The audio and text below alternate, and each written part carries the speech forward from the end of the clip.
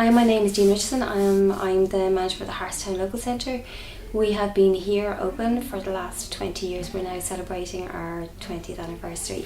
I'd like to welcome everybody. There are 14 staff members here, and there are 39 clients who attend, not every day, but they have alternative days. There are a number of activities and social outings that we do here in Hartstown. There's educational piece as well. There's educational classes in the adult education. We also have a very strong key working system here where we have people who are supported just to get their aims and their goals in what direction they're going in their lives, and this is our new direction. We've person-centred plans, and people can sit with a key worker. They can plan for the next 6 months or 3 months as to what their plans, if they're short-term or long-term.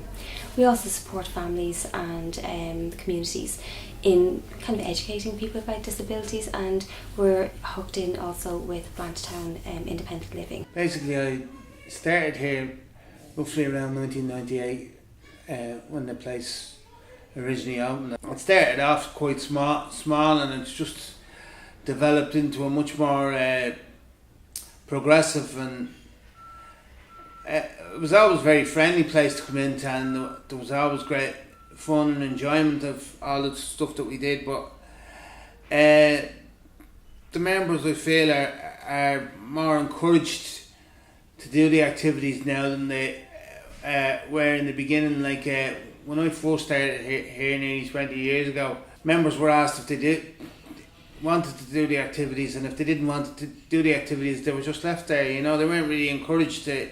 There wasn't the positivity that there is in the centre now, like, you know, and it's just a much more encouraging as far as all the participating in all the activities that we do here, like, you know, and it's a much more enjoyable place to come now on a Wednesday than it was when I originally came. A lot of things have changed over the years. I'm able to do things myself what I couldn't do before.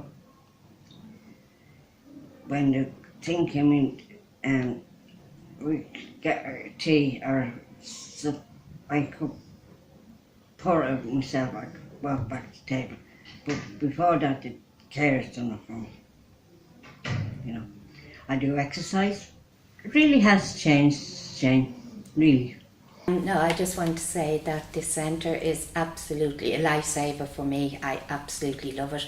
I come up here and we get together just socially, and we go out on trips. I used to do drama. That was absolutely brilliant. We've done flower arranging, we've done jewellery making. There's also people that go out, I myself haven't, but there's people that go out now for classes, for to do computers and stuff. A key worker is someone who works closely with the adults we support. That person is the primary person to help them coordinate all their range of personal supports. So the way that's done is by building up a close personal relationship with that person and the family member. They try to be the primary contact for all the information. So whether it's personal information or medical needs or what they want to do, the key worker helps them to do all this information. We try to work on a number of goals. Goals are steps the person wants to work on to achieve whatever particular thing they would like to achieve in their life. So primarily, a key worker is someone who acts as an advocate for someone in the centre to help them achieve their goals, to live a meaningful life, and to realise their full potential in life. When we come in, we have a key worker, and I find this marvellous because the key worker I have, well, we all get on great, but I particularly get on great with her, and I feel I can tell her anything or everything.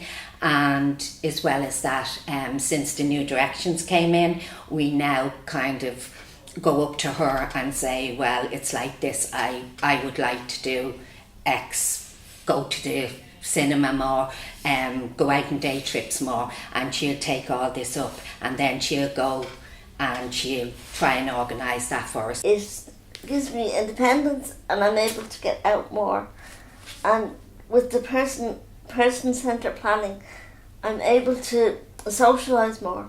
Okay. Like with the key worker system, I can go out more, I can do more in the centre as well, like helping out. Like I've gone for coffee, I've gone to the pictures. At the moment, I am going out in December with 2 of the staff here, and we're going, like, it's going to be a social evening. We're going to see ABBA in the Draft. Wonderful. So I cannot wait for that. Excellent. At least it gives me more opportunities to socialise outside of here as well. I felt I would like to improve my math skills, and I couldn't really find a way of doing that. I talked to my key worker about that, and my key worker, he's the best in the world, Shane Emmett. He went about finding a maths class that could take me at my level, and he rang up and we got all the forms on that and we filled them out, and it's just brilliant. Well, when I started first, I was a carer driver, which entailed collecting people, bringing them in, doing personal care and doing activities. But over the past few years, since the new direction came in, things have taken a major upward turn. The key worker system has become a major issue compared to what it used to be. Being personal with families is a big deal now. It always was a big deal, but it's more so now to do with the key worker system. There's major changes, especially I think over the past 4 years. But I think it's more personal now with the service users due to the new directions. We're more involved in their lives, helping them to make decisions and helping them to get involved with the community and bringing them out on a regular basis. We're out with them practically every day, especially since the new manager came in. And and they all seem to be much happier about that as well. The travel training, how has that opened up things for you? Oh, it's given me more confidence to go out. Like, eventually I will be going out on my own. So at the moment, it's a little bit of a slow progress, but I am getting there, slowly but surely, and I'm enjoying every single moment of it. I mean, I can get out more. I like going out for coffee. Meeting new people, and I love my coffee.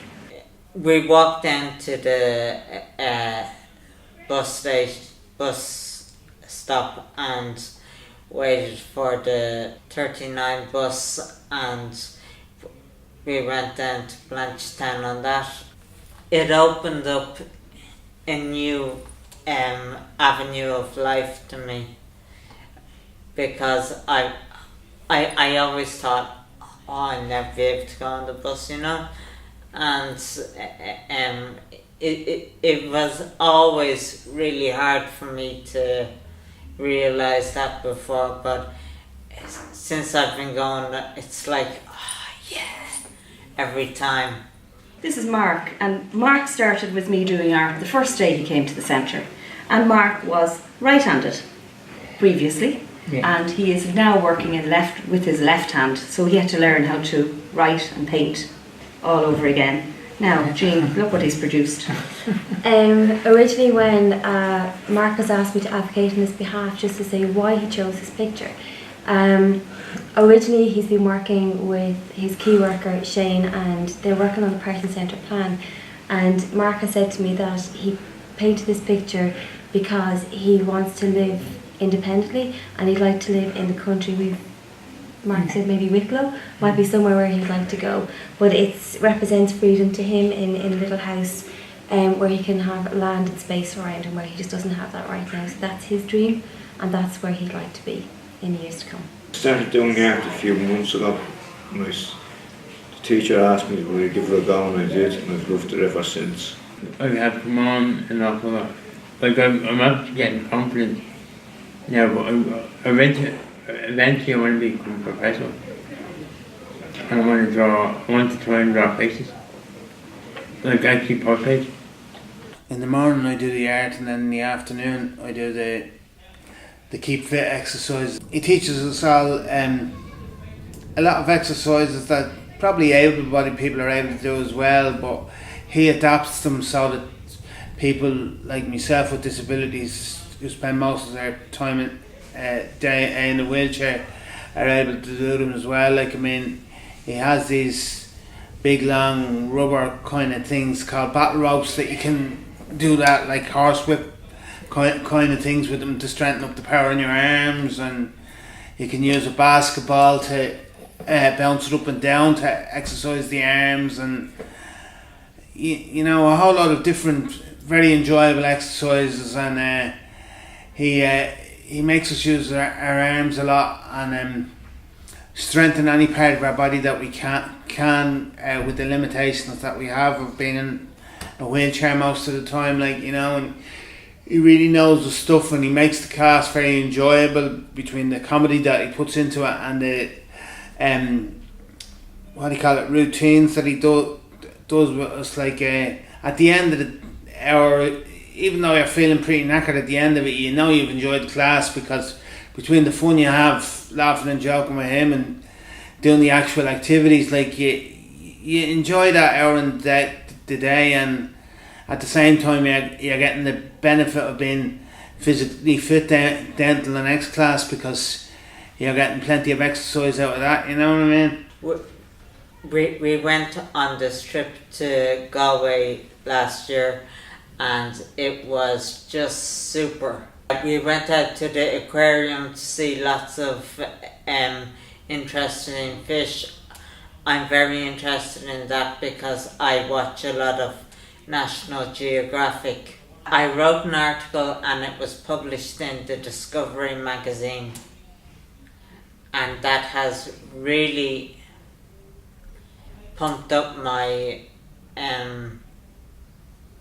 feeling. I just feel great because of it.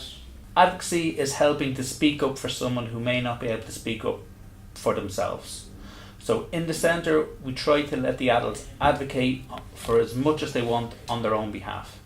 Sometimes this is not always possible, whether it's down to communication difficulties, speech and language, confidence, or some people just may not have the understanding or the knowledge out there of where to access this information. So an advocate helps act on someone's behalf to go and gather the information or speak up and say what they want. So in Hartstown we have an advocacy committee. So we have a number of people, we have 6 people in the centre who are elected onto the advocacy committee by their peers, and these people meet up twice a month, once a month by themselves and once a month with everyone else on the floor, and they speak with all the adults and see what kind of issues they have either in the centre, internally or externally, and what are the type of things they would like to work on. From this, we have 2 people on the advocacy committee who serve on the overall committee with the Adult Service Council, and they have a look at a lot of the bigger pictures affecting CRC and wider service. Well, I've had a really sort of positive experience throughout all my time here. It just couldn't get better. I've loved everything we do here and everything that has been done for us. We went to Lanswatty, and oh my God, there was just myself and 2 other girls and then 2 key workers, and the place was just amazing, and the fun we had was just, oh my God, I can't put into words, but that's what I'm saying. That's my first trip away, and God knows when I'll get to go again, so it was a trip of a lifetime. Yeah, you could support me doing that, because otherwise with the wheelchair and everything else, it is very, very hard to get things, and just to be able to go over there and be supported and be able to do stuff was, yeah, just amazing. I just wanted to know what your experience is so far since you've become manager here. Wow, great question. It's been amazing. I work with an amazing team. There are 14 people on our team, and I suppose when I came in I had my own ideas. And I had to be very respectful of other people's, what all the good work had been done before. But I was fresh in and I was hoping to implement quite a lot of stuff that I was really interested in. And SSDL and New Directions and person-centred and getting people out of the community and people really, really kind of engaging in their lives in a really meaningful way. And that there's times that we have to support people through difficult times as well, and that we need to be there as a good key working system that would be in place just to support people. So the team, there was a lot of stuff that was already really good practice here, but when I started to introduce some changes, and change can be difficult for people, as we know, like we've experienced it here, but the team really embraced it, and they have really come on board so well, and they really function as a fantastic team now. But that kind of, it really kind of goes into the practice of how we do things with people, the adults who come to our service, because they're the number one. Yeah. You know, what do you want to do, Karen? Like, we will ask you that question. We'll ask you that question in a meaningful way: is how can we move you forward to be the person that you want to be? Yeah. And new experiences, new life experiences, so that you can make informed decisions about what you really want. Yeah. So I've seen people who wouldn't necessarily have engaged as well in what we're doing here now really coming with a lot of confidence. I see the team with a lot of confidence. I've gained a lot of confidence, I've gained a lot of experience, because my background would have been a little bit different, but a lot of the same skills, but I've learned to really engage with the people here in a very meaningful way, and I've been embraced as well, so that's been really nice for me. And a lot of change, a lot of good changes. Yeah. So we're doing things differently. We're doing things a little bit more out in the community, and our structures for key working, I think, is quite good, and we support people in a more real way. New Directions. It's like a breath of fresh air. When you wake up in the morning, you feel inspired, motivated, confident, and a new self-image, and a new approach to a brighter future. It's working together we can create an enhanced world.